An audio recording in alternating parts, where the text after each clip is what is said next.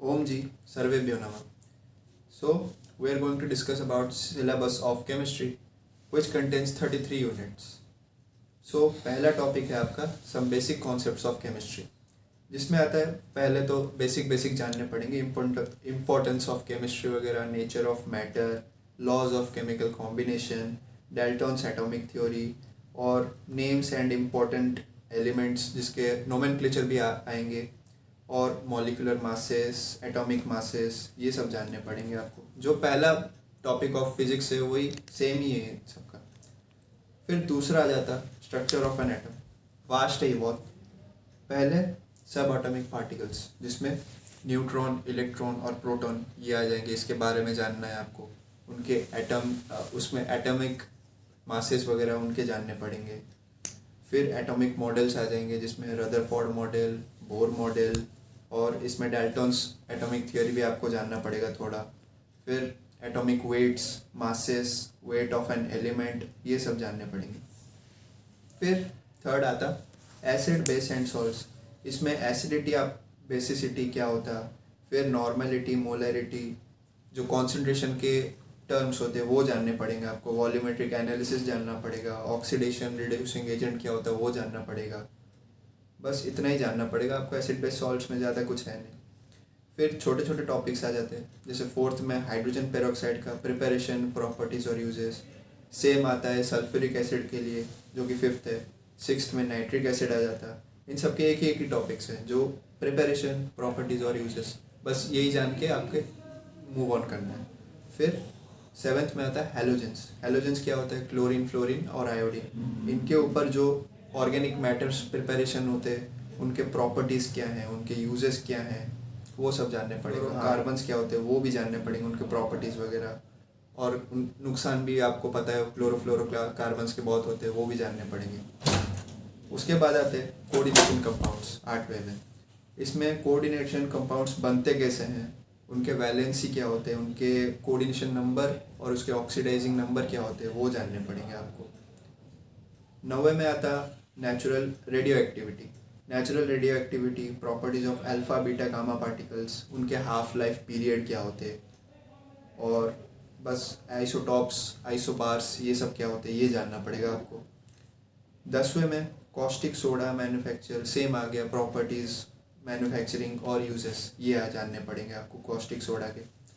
फिर आते हैं calcium compounds, plaster of Paris, उसके यूजेस और उनके फॉर्मूले क्या होते हैं वो, बस उतने ही जान के आपको वाइंड अप करना है। फिर 12th में एक्सरेज, और उनके एक्सरेज के वेवलेंथ क्या होते हैं, उनके प्रोडक्शन, फिर उनके प्रॉपर्टीज़, कहाँ पे यूजेस होते हैं, वो सब जानने पड़ेंगे आपको। फिर आता है कॉलॉइड्स, जिसमें आएंगे different type of colloids, crystalloids, फिर क्लासिफिकेशन ऑफ कॉलॉइड्स क्या होते हैं, टिंडल इफेक्ट क्या होता है, ब्राउनियन मूवमेंट क्या होता है, फिर कॉट्रेल्स इलेक्ट्रिकल प्रेसिपिटेटर, ये थोड़ा नया है। फिर आता है इलेक्ट्रोकेमिस्ट्री।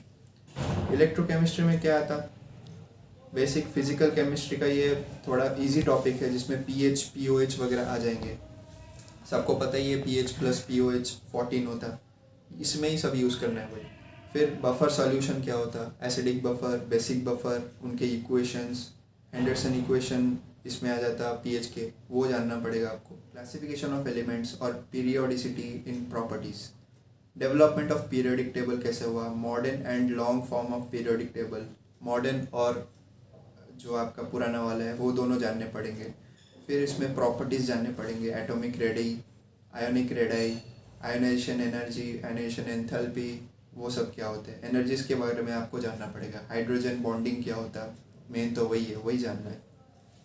फिर आता है 16 में हाइड्रोकार्बन्स, सैचुरेटेड और अनसैचुरेटेड, सबको पता है दो होते हैं, एल्केन्स, एल्कीन्स, एल्काइंस, उनके प्रिपरेशंस, उनके प्रॉपर्टीज़ और उनके यूजेस वगैरह क्या होते हैं, यही जानने हैं आपको।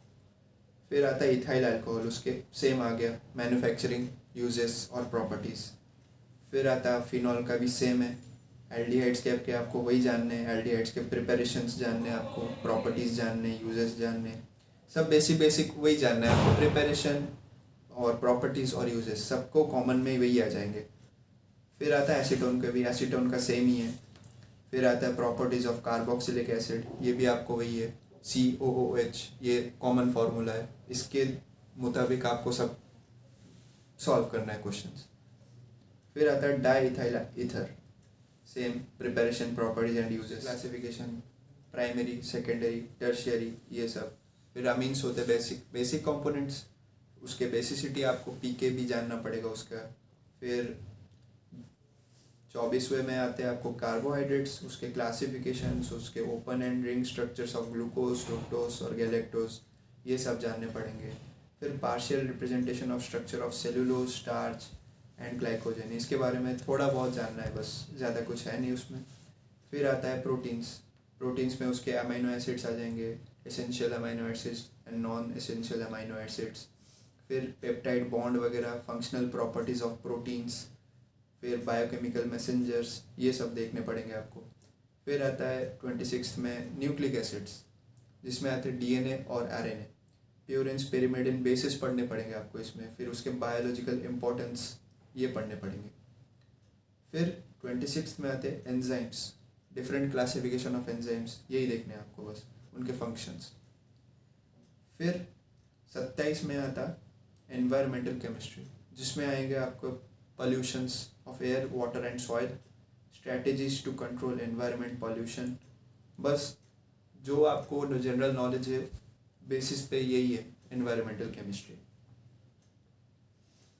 फिर आते हैं 28 में basic principles and technique in organic chemistry, IUPAC names, covalent bonds, homolytic heterolytic fusion of covalent bonds के बारे में, और IUPAC नेमिंग के बारे में, इलेक्ट्रॉन डिस्प्लेसमेंट के बारे में, फ्री रेडिकल्स के बारे में, कार्बोकैटायंस के बारे में, बस ये सब जानने हैं आपको। इलेक्ट्रोफाइल्स क्या होते हैं, न्यूक्लियोफाइल्स क्या होते हैं, बेसिक आपको जानने पड़ेंगे। फिर आता केमिकल इक्विलिब्रियम, इसमें आपके जो इक्विलिब्रियम कांस्टेंट है और इक्विलिब्रियम लॉ है एक, Kc Kp क्या होता है, उनके बीच में रिलेशन क्या होता है, फिर उसके एक्सप्रेशंस और उसके इक्वेशंस, ये बस जानना है आपको।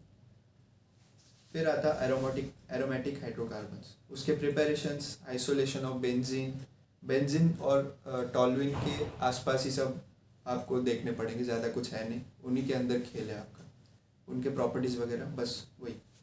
फिर आता है केमिकल बॉन्डिंग, ये सब थोड़ा जानने का टॉपिक है आपको।